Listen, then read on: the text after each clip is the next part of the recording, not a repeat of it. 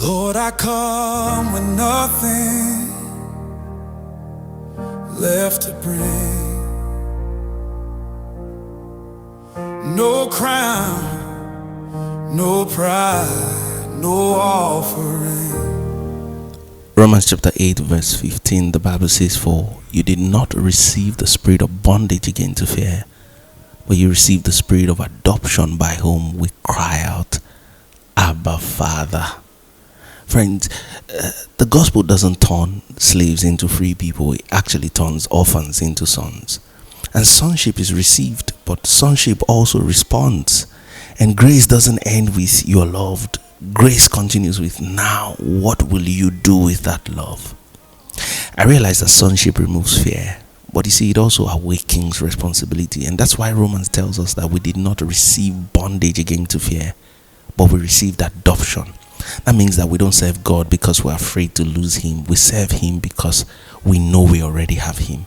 And the gospel doesn't make you a slave who is forced to work. It makes you a son who chooses to lay down his life. And this is the difference between obligation and affection. You know, love compels before it commands. Paul says the love of Christ compels us. Not guilt, not pressure, not fear. Love moves first, then it pulls a response out of you. And so when love truly lands, self-centeredness, becomes uncomfortable. And you start asking different questions. Who needs help? Who is weak? Where can I pour out? Because if His love has found you, His love must flow through you. It's in this light that service is not punishment. It's the way that the maturity of love is expressed. Some people see service as loss, but the Bible calls it a blessing.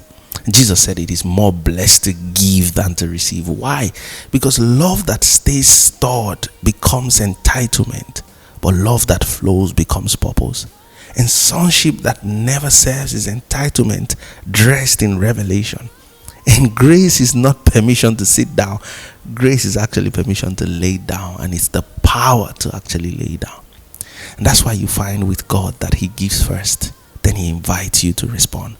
God is not going to ask before He gives. No, He loved first. He forgave first. He gave His Son first. Then He asked us to respond so that others can taste what we have tasted. And that's why the woman in Luke chapter 7 loved much, because she knew she was forgiven much. Listen, love is proportional to awareness. And you got to believe that. Friends, the cross is not God taking from you. It is God proving what love adds. And Paul says that Christ died so that those who live will no longer live for themselves. And here's the paradox. When you stop living for yourself, you finally start living on purpose. So friends, sonship is not proven by what you claim. It's revealed by what you're willing to lay down. Have a blessed day, friends.